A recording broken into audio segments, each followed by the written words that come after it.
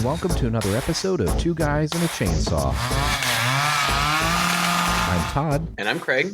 Well, we are creeping closer and closer to Christmas. In fact, it is Christmas. Merry Christmas, Craig. Merry Christmas. I thought that this year we actually did a fairly decent job of finding some Christmas horror movies. I was quite shocked. How about you? Yeah, not bad. And the closer we got, I kept seeing more and more lists of Christmas horror movies. So I think we're set for a while. Yeah, we keep saying that there are slim pickings, but actually the more and more we look into it, the more stuff there is out there. Some of it's kind of obscure, some of it's a little more recent, but we have found some things, right? Yep. We're keeping a list for next year, and also thanks to our listeners' suggestions. In fact, especially today. Today's movie I was really looking forward to reviewing, and I had never heard of it before. It was actually recommended to us by one of our listeners. His name is Steve, and the movie is titled, depending on, I don't know, where it was released or whatever, either Deadly Games or Game Over or Dial Code Santa Claus. But the actual French title of the film... Craig, do you know French? Do you know any French? Nope. You never took a French class? Anything like that? Nope. Well, crap, me neither.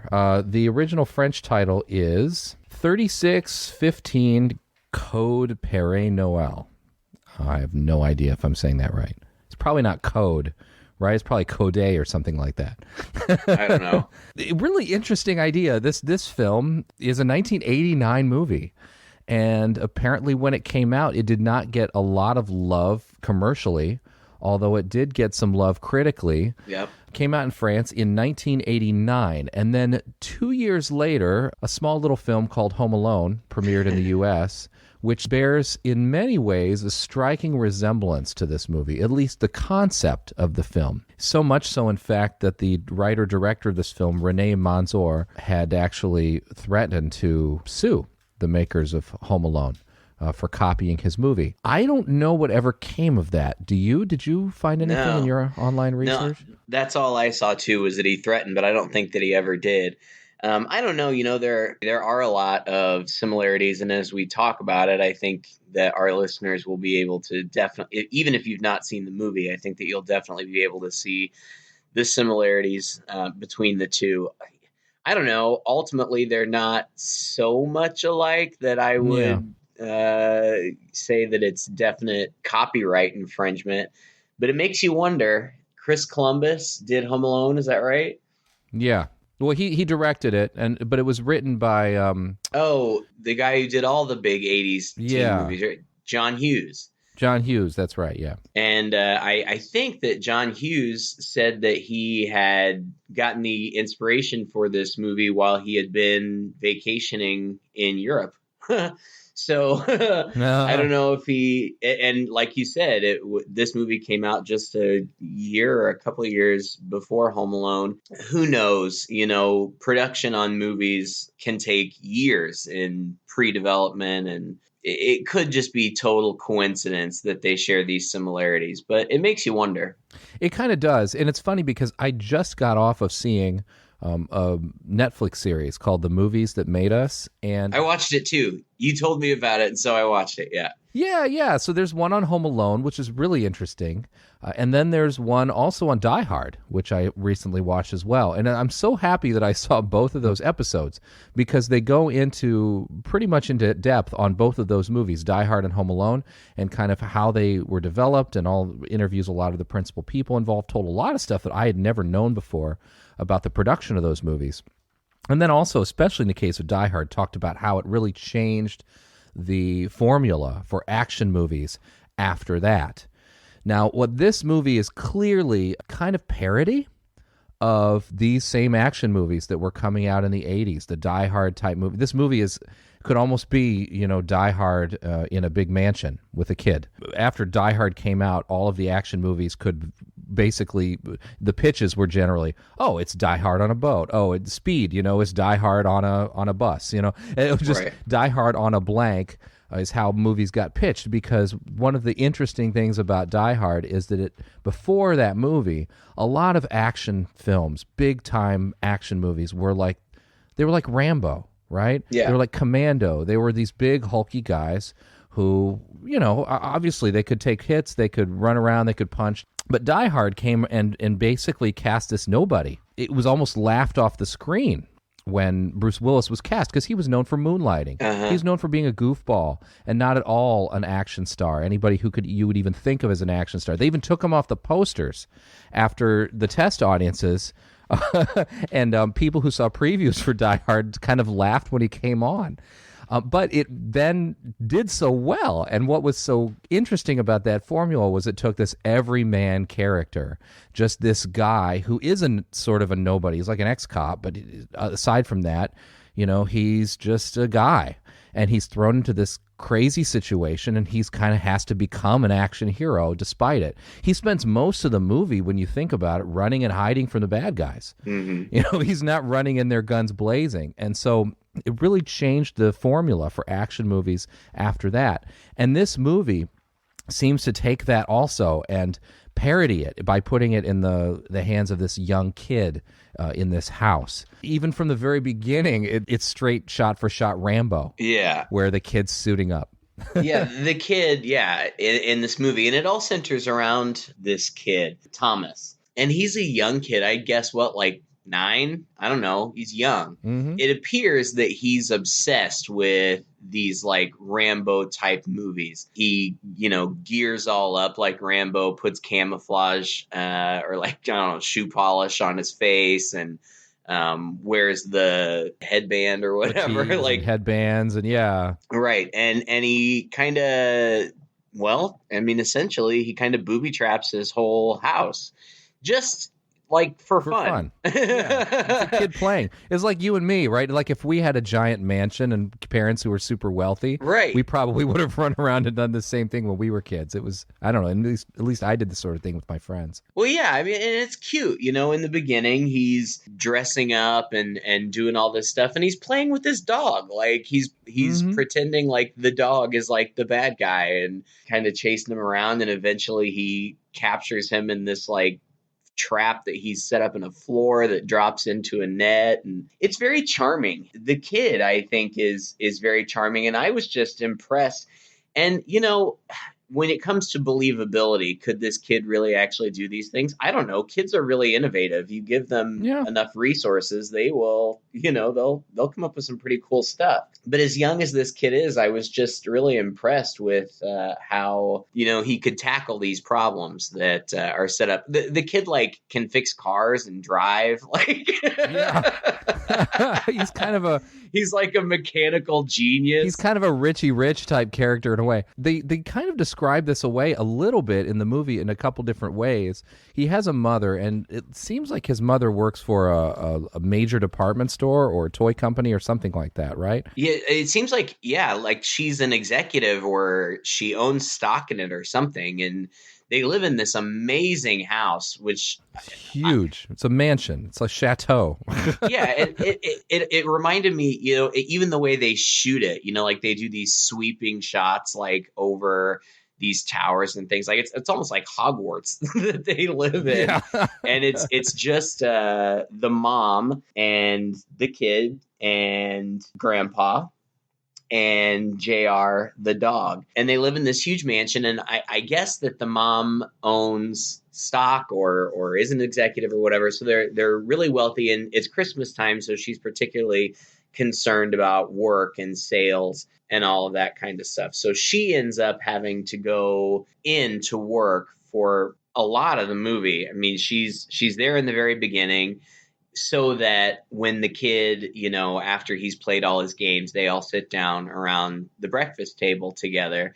They have a cute little talk about, is Santa Claus really real? And it's cute because obviously this kid is at that age where he's really starting to question. I imagine his friends are probably questioning and telling him things, but it's just they have a cute conversation, and the grandpa chips in too about how Santa Claus is magic, and if you don't believe in the magic, then Santa Claus isn't real for you. Maman, Pilou dit que le Père Noël n'existe pas, et puis que c'est les parents qui offrent les cadeaux aux enfants. Pilou? Non mais qu'est-ce qu'il dit comme connerie, ce Pilou-là, hein? Complètement fou. Mais non, il a raison. Pour lui, le Père Noël n'existe pas. Pas forcément. Il n'est pas sage avec ses parents. Travaille pas bien à l'école. Je t'entends, hein. Alors le Père Noël ne passe pas chez lui. Et le soir de Noël, pour qu'il ait des cadeaux, il faut que ce soit ses parents qui les lui fassent. Donc pour Pilou, le Père Noël n'existe pas.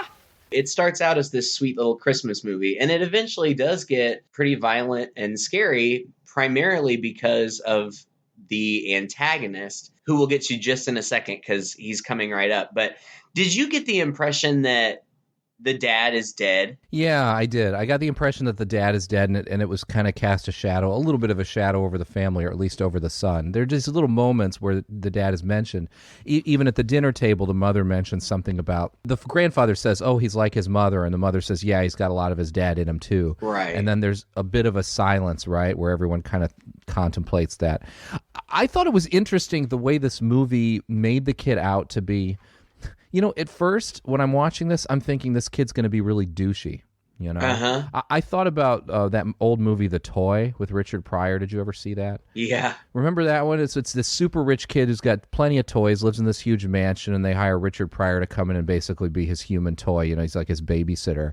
And, of course, the kid's super douchey. Mm-hmm. And that was my natural inclination towards this kid, seeing that he had everything, right, and had run of the place. Right. But then almost immediately as these other scenes played out, that really fell away. I really felt like this kid was pretty down to earth despite it all. It seemed like his mother really cared about him. He had this really nice relationship with his grandfather there, Yeah. who seems to be kind of like his playmate there. And then, like you said earlier, like super smart. Uh-huh. And the mom drops, even in some later dialogue when she's talking to an employee at work, she mentions something about how he still believes in Santa Claus, even though his IQ is like through the roof. Right. We get that, right? As he's like fixing cars and he has this like computerized system that he's got the house wired up. You know, there are cameras everywhere in the house. He has this wristband that he can control everything with, including see and switch between the different cameras around the mansion. So, you know, but all this happens and it still kind of seems believable enough. And he also still seems like a cool kid. Yeah, he's endearing. And like the grandpa's cute. You know, he's just this old man, and the grandfather is, you know, clearly elderly and not in great health. He's diabetic and he's going blind. I can't believe that guy can see anything. Oh, I know. Yeah, I mean, because they show us POV shots from like his eyeballs sometime. It's super, super cloudy. But the kid like helps take care of him. You know, like the mom reminds him, don't forget to give grandpa his insulin shots. And they do. It seems like the kid and the grandpa have this nice relationship. And you're right. I expected the kid to be douchey too. I mean, he's got a mullet. We just default to that with the mullet. And he's dressing up like Rambo and stuff. And I just thought it was going to be more silly, but it ends up actually being pretty sweet. But then we also meet the antagonist. We see, you know, the winter streets of Paris, and the camera pans out like from a snow globe, and we of Paris, and we see like a garbage truck run over it. Like, I feel like that's like, aha, you know, this is not going to be a perfect Christmas. Mm-hmm. But there's this guy, like, I don't really get much of a sense of who he is. Like, I can't tell if he's like a derelict or if he's just some random guy. But I think he's a really interesting antagonist, because when we first meet him, he sees these kids having a snowball fight, and he's clearly enchanted by that. Yeah. And so he wants to join in on the fun, and so he tries to join in their snowball fight, but of course, you know, they're little kids, and he's this creepy old guy that they don't know, and so they all just run off, and he's left there just looking kind of sad. And this, I appreciate this kind of villain, because even though we don't really get any of his backstory, he doesn't just seem like a malicious force. Like, he seems in some way damaged, you know, like, Yeah. he desperately wants to participate in the Christmas activities and the Christmas spirit, but he's just kind of constantly rejected, and he's clearly off kilter. You know, there's something not right about him. And he does, you know, end up being scary and violent. But initially, I just got the sense that he was feeling left out and rejected, and kind of pushed him over the edge. Yeah, I was getting shades of Christmas Evil, actually, where the movie seemed to take great pains to show us the character of this, in Christmas Evil, it's it's kind of the anti-hero character in there, but he's very damaged. He seems to be very interested in participating in Christmas and getting in the spirit and interested in kids, but he kind of ends up going about it the wrong way. Also because there's something clearly not right about him. But you're right. I mean, and we intercut these scenes of the kid and his household and getting ready for Christmas, and he's going to set up, he's got his whole video camera system finally wired so that he can catch Santa, so that he can actually prove that he exists for his friend who's telling him that he doesn't exist. And so there's that going on the one side. And then on the other side, great pains are taken to show us some really interesting scenes with this other guy. Mm-hmm. Like you said, he tries to join the snowball fight with the kids, and they just kind of run away, and he looks a little sad. He ends up joining the Santa outfit or whatever at I think it's the woman's actually it's the kid's mother's shopping mall or whatever it is that she's in charge of. It's not entirely clear, right? But she's got this whole performance thing going on outside of on the street, and he ends up playing the Santa out there, and he seems to be genuinely enjoying interacting with the kids and just kind of entranced with the magic of it all. And then he has this little creepy kind of weird encounter with a little girl. She says, "Oh, hi, Santa," as other kids have been doing, and smiling and walking away, and he's giving them presents. And she comes up close to him, and he asks her to come closer, and they kind of get face to face, and he starts sort of running his hands up and down her face and kind of looking at her. It's hard to see if he's just enjoying the childlike innocence of her, if they're trying to imply that maybe there's some pedophilia here. I don't really know. Yeah, I didn't get that. I thought that it was more like he really was just appreciating her innocence. He's like stroking her face. Now I will give you that it is uncomfortable. Like it goes on too long. Like, stop touching her.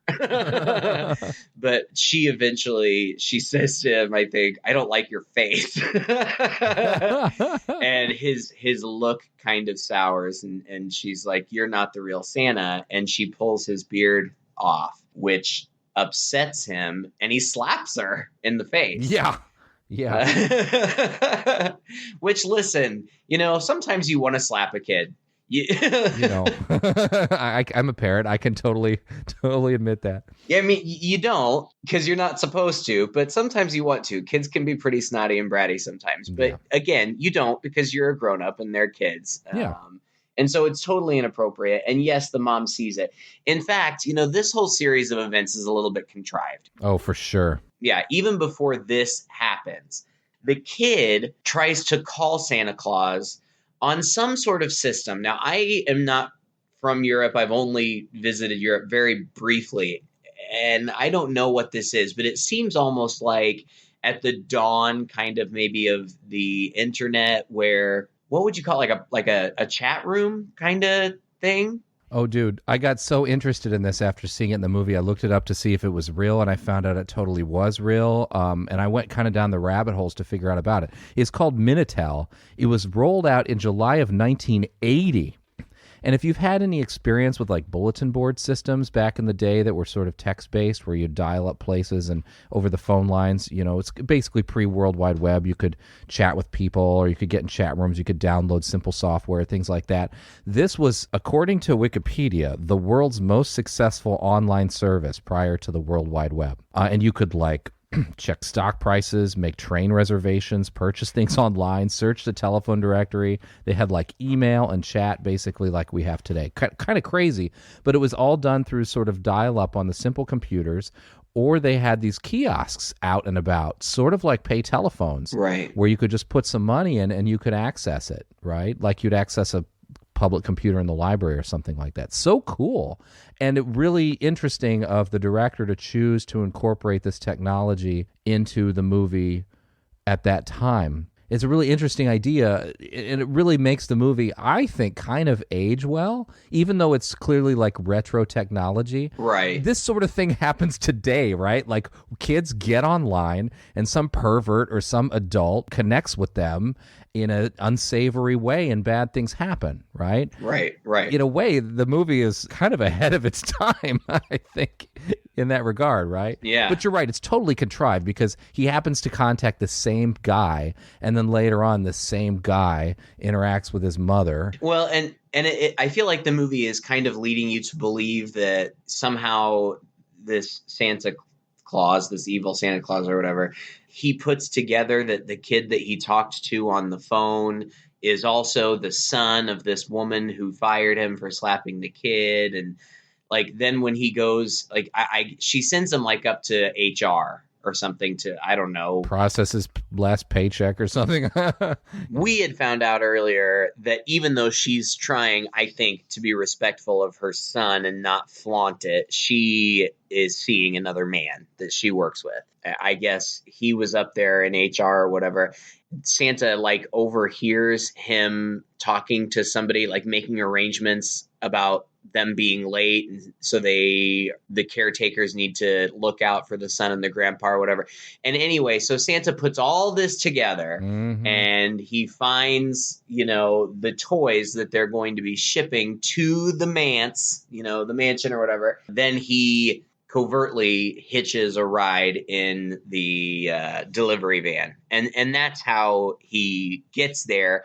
And then when he gets there, he kills the delivery guy, and there's a whole separate like servants' quarters house where I think like a caretaker and a cook live or something. And we don't see it happen on screen, but we see their bodies later. He kills them too. And the kid has, been talking to one of his friends who's his same age about, and the other, his friend is like, oh, you're too old for this. Santa's not real, blah, blah, blah. But the kid talks to him on the internet thing, and he's like, see, I told you. Ici Thomas, Père Noël. Si tu existes, réponds s'il te plaît.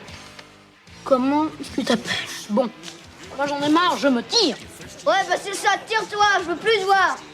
C'est vraiment trop nul. Ouais, bah nul, il t'aidera pas à faire tes devoirs de vacances. Et pour réparer tes jeux vidéo, tu te débrouilleras tout seul. And he sets up that whole camera system, and he's waiting under the table, and he's going to wait for Santa to get there.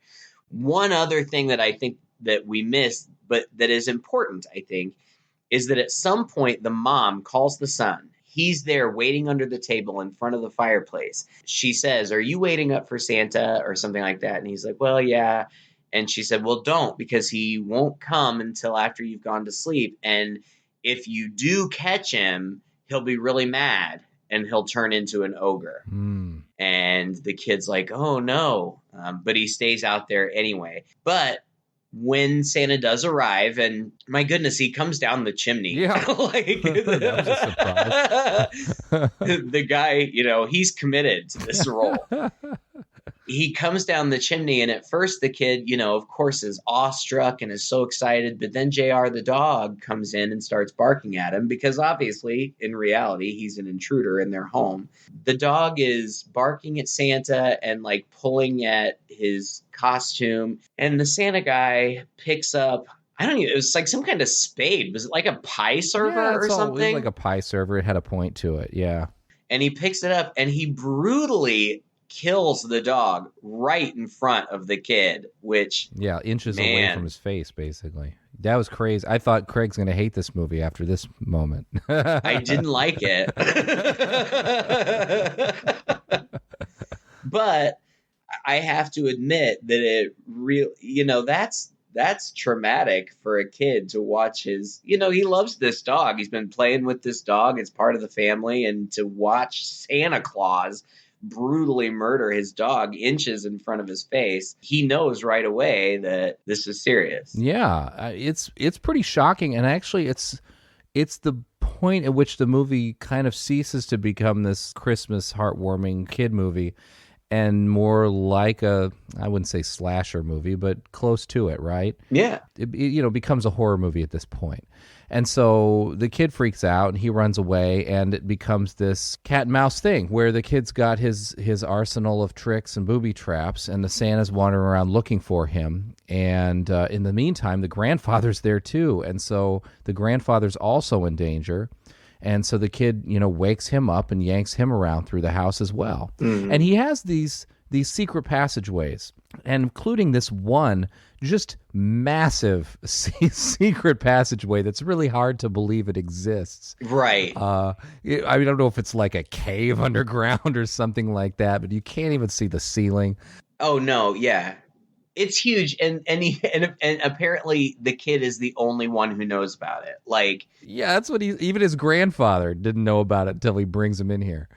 yeah, and it's God, I don't know, like these little things are just peppered in here and there, because he says it's full. Not only is it a huge, like it looks like a warehouse, it's enormous, and it's full of old toys.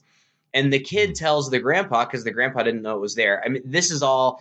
The Santa has been chasing them. They tried to get in the car, but the car won't start. And Santa is menacing them and breaking out the windshield and chasing them.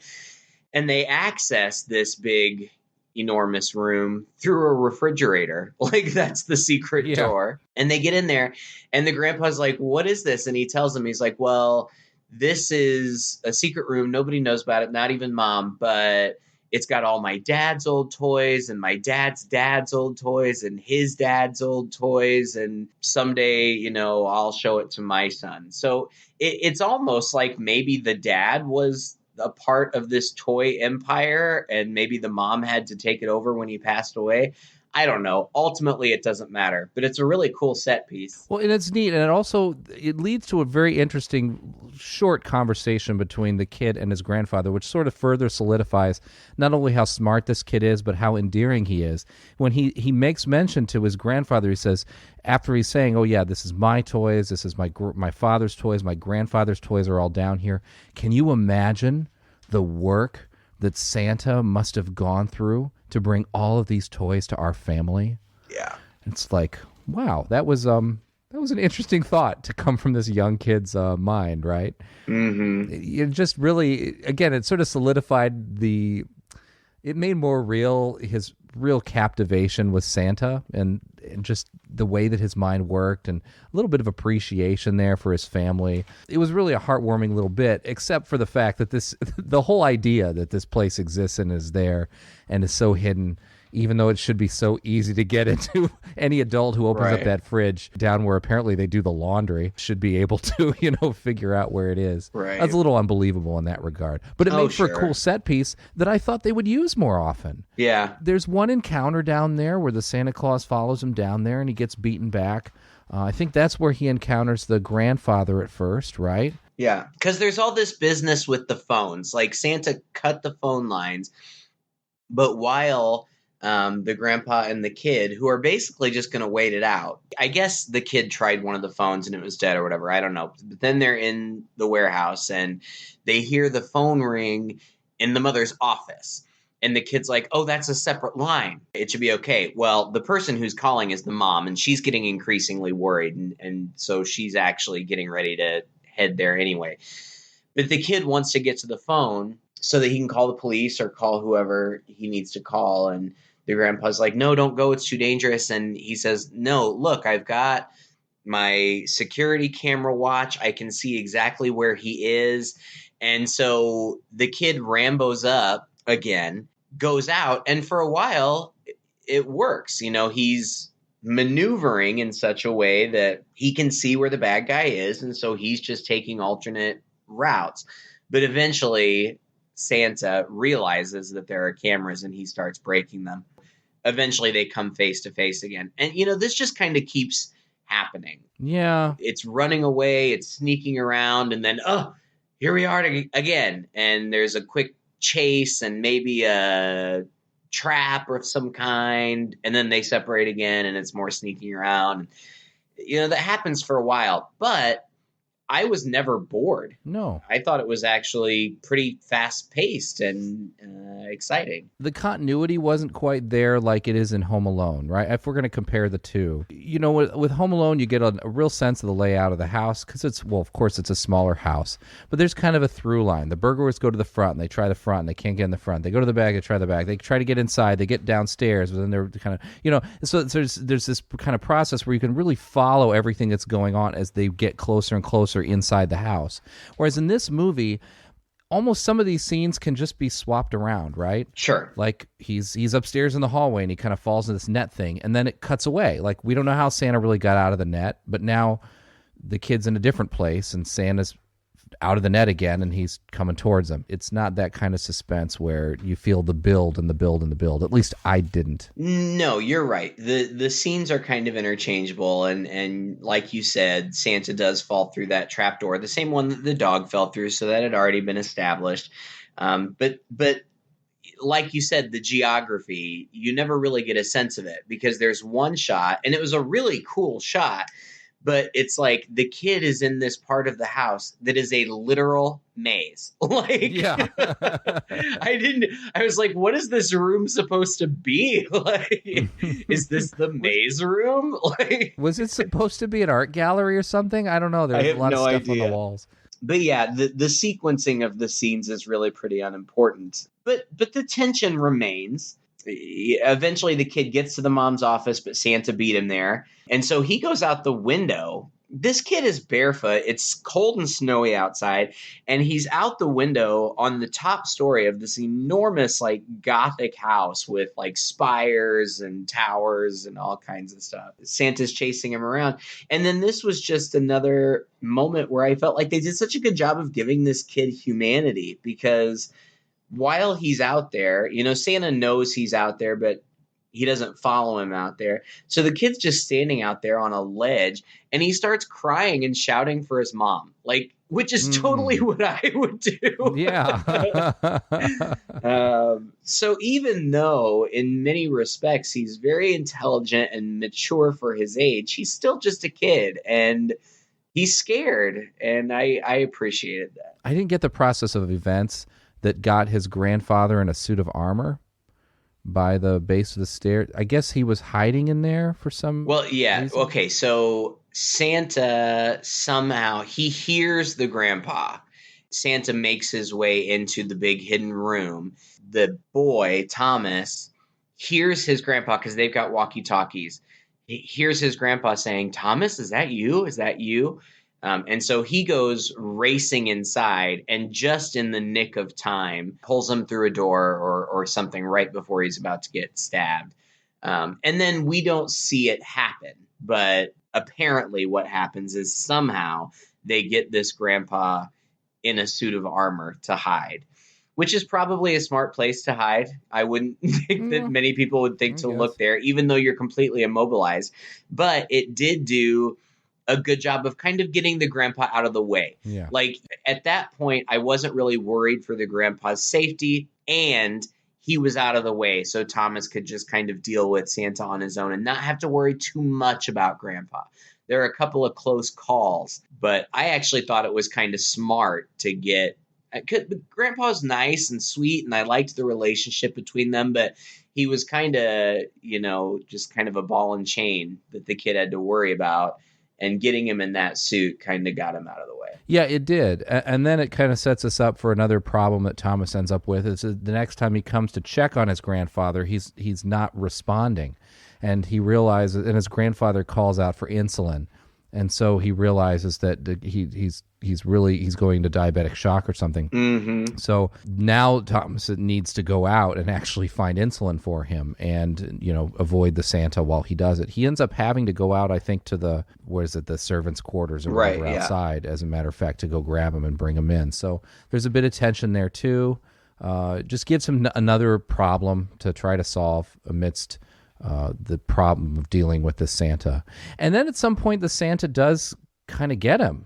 He grabs him, and he's got his little spade up to his neck. Then this is the part that I just didn't quite get. He says, "Okay, I win, you lose. Now I'll go hide myself and you'll be it. Okay? Count to 20. J'ai gagné. T'as perdu. Maintenant, c'est moi qui me cache. C'est toi qui t'y colle. D'accord? And he runs off. Yeah. What was that? Was there something I was missing there too? Or did this just take a bit of a wild turn? No, I think he's crazy. I think it's just he's playing a game like hide and seek, which is why one of the titles of the movie is Hide and Freak. But yeah, it surprised me in the moment, but then when I thought about it, I'm like, well, it makes as much sense as anything else. From the very beginning, he just wanted to play with those kids. Apparently he just doesn't know how to play nice. For one, don't kill their dog in front of them. Yeah. And I don't know. I know that I had that written down in my notes somewhere, but I can't find it. He is menacing. Like at one point when he's chasing Thomas, he slashes at him with the pie cutter or whatever it is, and he puts a big gash in his leg. Thomas is significantly hurt. Like he splints his leg. I'm not really sure why you would splint your leg for a cut, but I mean, he's 9, so whatever. Whatever makes sense to him. Yeah. One of my favorite parts is after Santa slashed his leg, he gets away, and then he kind of taunts Santa on the intercom saying, you're going to be scared. And there's this little montage where he, he splints his leg, and then he gets his dog and carries him into the backyard and buries him, and there's a flashback of him playing with his dog, and the kid is crying. I mean, it really tugged at my heartstrings. Of course, anything with dogs does, but I felt for this kid, and I just thought, as far as horror movies go, you don't really tend to get a lot of characterization. Yeah. And here, they're giving this kid some dynamics. And that's something that I think is in some ways reminiscent of Home Alone, but in other ways, I think maybe this movie played it a little bit better. Yeah. Because in Home Alone, the kid is, he's very innovative and you're rooting for him for sure. But throughout, he's also just kind of a smartass. Yeah. This kid is, he's fighting for his survival, and he's actually processing emotion and taking matters into his own hands. It surprised me. Getting scared. Yeah, it's true. It's a little bit of a darker movie in that way, but it's not as dark as you would think. I don't know. No. I think that this is one of those types of movies that if you've got a mature young person who's interested in horror, this could kind of be one of those kind of gateway films.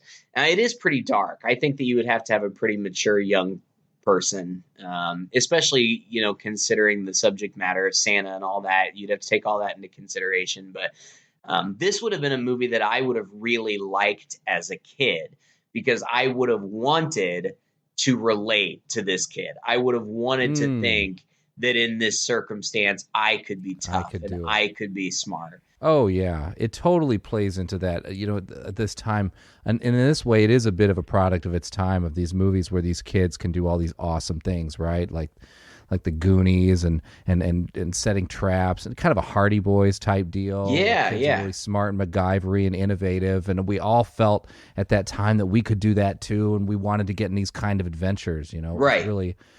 It was a really magical time for kids filmmaking at that time, and I guess there's still some of that going on, right? But a lot of the hit movies that centered around kids really focused on this aspect, and this movie has it, totally has it. Yeah. And so then what happens? It basically, the mother ends up calling the police, right? Yes. And an officer comes over, and the kid sees an officer in one of the towers of the house, sees the officer wandering around another tower of the house in shadow, and it turns out the vagrant gets to him too. At the same time, I think Thomas comes back to find his grandfather and pushes over the suit of armor to get to him, as trying to disassemble it, right? Well, before that, there was one of my favorite parts. Like, after he buries his dog and stuff, there is that very Kevin McAllister moment where he is, like, booby-trapping the whole house. And he makes a grenade. Like, out of a toy grenade. Like, he's got a toy grenade, but then he pours, I don't know, gunpowder or flash powder or something in it. So he's got this real grenade, and he attaches it to like a motorized car, and it's supposed to blow up Santa, but the car like rolls up to Santa, and Santa just picks it up and turns it around and rolls it the other way. So this grenade is headed right for the suit of armor that Grandpa's in, and Thomas has been in hiding, waiting to see if his trap will work. Well, then he has to expose himself to run out and try to get the grenade to stop it from getting his grandpa.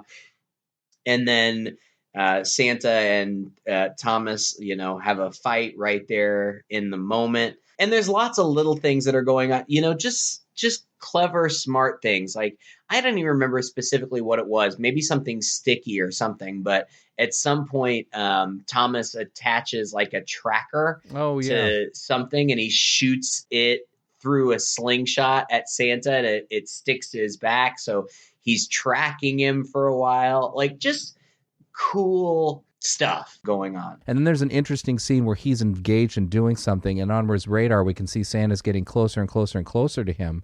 And it turns out that Santa's apparently found this tracker, and he's attached it to a little motorized tank, which he has sent towards Thomas. And so the tank ends up at his feet, and he bends down, he picks it up and looks and sees his tracker there. So he doesn't have that anymore. Yeah, there's some neat things like this going on, right? Yeah, and I think that's where your hide and seek moment comes in, because eventually Santa gets him and has the advantage, could do whatever he wanted to, could kill him right there. But instead of doing that, like you said, he just said, aha, I win, now I'll hide and you find me. And Thomas is just as confused as we are. So he runs out and he sees the cop car. He gets in the cop car and starts driving. I don't even know where he's going, but it turns out that that's where Santa had hidden, and he pops up and he's like, surprise. And so Thomas crashes the car, and this is where the final standoff comes up, because Santa chases him around outside, but eventually Thomas trips over the dead cop and gets his gun. And he pulls the gun on Santa, and he's crying, pointing the gun at Santa Claus, and he just says, why? I kind of had forgotten up to that point that this kid really still thinks that this is Santa Claus. Yeah. That is doing all of this. Not just some crazy guy, Santa Claus.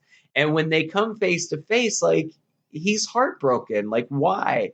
But then Santa starts approaching and he shoots him, like, in the leg. So he goes back. Thomas goes back to check on Grandpa, who's unconscious, but he gives him the insulin and he's okay. But unfortunately, so is Santa, who comes bursting in. And again, another kind of odd moment where Santa just kind of like reaches his hand out to Thomas, almost not in a sexual way, but like longingly, like he's reaching out to him. And poor Grandpa, who's virtually blind, has got the gun and is trying to point it, but he can't see anything. So he fires, and we don't know what's happened because it shoots to the mom and her boyfriend, who are now arriving at the house. And they come in. Santa's dead on the floor. Thomas kind of collapses into her arms and says, "It's my fault, Mom. I wanted to see Santa Claus." C'est ma faute, maman. J'ai voulu voir le Père Noël. And a Christmas song starts playing, and that's it. Like, it ends pretty dark. God. It's super dark, right? So this kid's going to be traumatized for the rest of his life. He takes to heart exactly what his mom said, is that Santa just turns into an ogre if you're looking for him. And so, he just lays the blame for this whole incident at himself. It's super dark and super horrible because you love this kid. Yeah. It's so French. Yeah, it is. Well, and that's what I read. Like you said, it didn't, as far as money at the box office, it didn't do great, but it won some awards at a couple of festivals, and it got some good reviews from critics. And one of the reviews that I read said something like, there are some plot holes and the continuity maybe is a little bit problematic, but it really goes to show what French cinema can be when it's good. I haven't seen a lot of French movies. I think the only other French movie we've reviewed was High Tension, right? Yeah, that's right. And I can even see some similarities there. I mean, just kind of in the level of violence and willingness to kind of go places. Yeah, and the menacing aspect of the bad guy and stuff. But so I'm certainly not an aficionado when it comes to French cinema, but I thought overall, I was excited to see the movie because I had never heard of it before, and I knew that it had really kind of only come out in the States in 2018 because they had remastered it, and Shudder had picked it up exclusively. And so I was excited to see it just because I hadn't ever heard of it. I hadn't ever seen it before, but I didn't have really big expectations. And it surprised me. It was better than I thought that it would be. Yeah. It wasn't amazing, but it was significantly better than I thought that it would be. Yeah, it really was. And maybe part of that is due to the fact that you think that, well, since I haven't heard of this movie ever, it must not be that great, right? But like you said, it won all those awards. Apparently, the director was approached by a studio to remake it in the U.S., and that never ended up happening. And like you said, it premiered at some festivals. The director claims that at one of these places where it got a standing ovation, that Wes Craven, Steven Spielberg, and Ray Bradbury were in the audience. Oh, boy. Yeah. I can't even imagine that, like... those three are just right there. In the same room, like... Well, I think it was a fantasy sci-fi kind of horror festival, probably. Sure. But Steven Spielberg then tapped this director to direct a number of episodes of the Young Indiana Jones Chronicles. Oh, that's which is right. a television show he had, and things like that. So, the director, this was his first film, and he had a pretty decent career after that. And he's still working and doing things. And we're just now learning about this movie, and it probably couldn't have come at a better time, really, because now everything 80s is cool again. Right. And this movie's pretty retro in that regard, but it's also so charming and so interesting, and it's fun to have a Christmas horror movie that we can watch. So it's neat that in this day and age these things get unearthed again and re-released and reborn and kind of have a second coming. I guess I read also that this movie, even in France and in Europe, even when it came out on VHS, it was like a top-selling VHS tape for like a year. So it's not like people didn't appreciate this movie to some degree. It just never got probably the notoriety it deserved or could have had otherwise, stateside. Right. Yeah, but I liked it. I liked it too. I thought it was fun, really interesting how it took me emotionally in some different places. Ended on that note that I just totally wasn't expecting and seemed very fitting for the movie. And I just truly cared about the character. Oh, and by the way, the cinematography was great. The cinematography was fantastic. The shots, everything staged. It was like Die Hard in this mansion. It really was. Some of these shots were direct homages to these action films in the 80s, including that little scene where he's, aiming the gun at Santa and he's laying back. He's got mud all over his face. He's in the woods and he's going, why, Right. So, it was clear the director was trying to do some of this kind of stuff, which he flat out said. It kind of succeeds to me on a number of different levels and really works. Yeah, I do think that in terms of that, of the parody of those types of films, we have a lot of listeners outside of the States, and we're probably older than some of our listeners. But so some people probably won't realize how huge those movies were in the 80s. Like you said, Rambo, Commando, all of these really machismo type movies with these big hulking tough guys. They were hugely popular.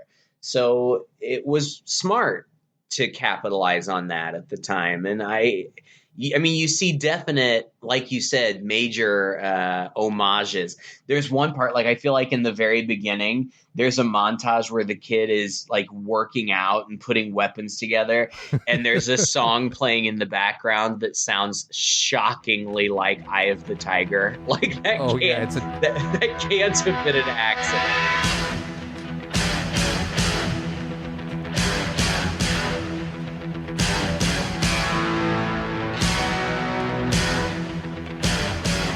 It's as close as you can get to Eye of the Tiger without running into legal problems. It's like it's like instead of the notes going up, they go down.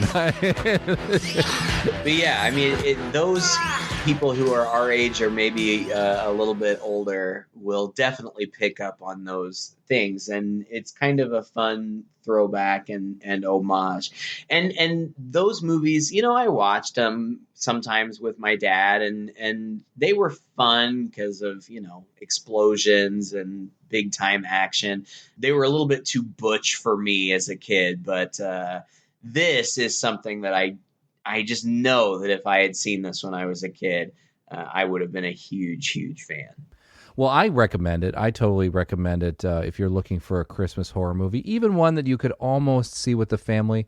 Like Craig said, it's a little dark for the youngest kids, but if you've got some teenagers in the house or some preteens who can handle this kind of thing, it's not really gory. No. The most gore we really get is the dog getting stabbed, I would say. Yeah.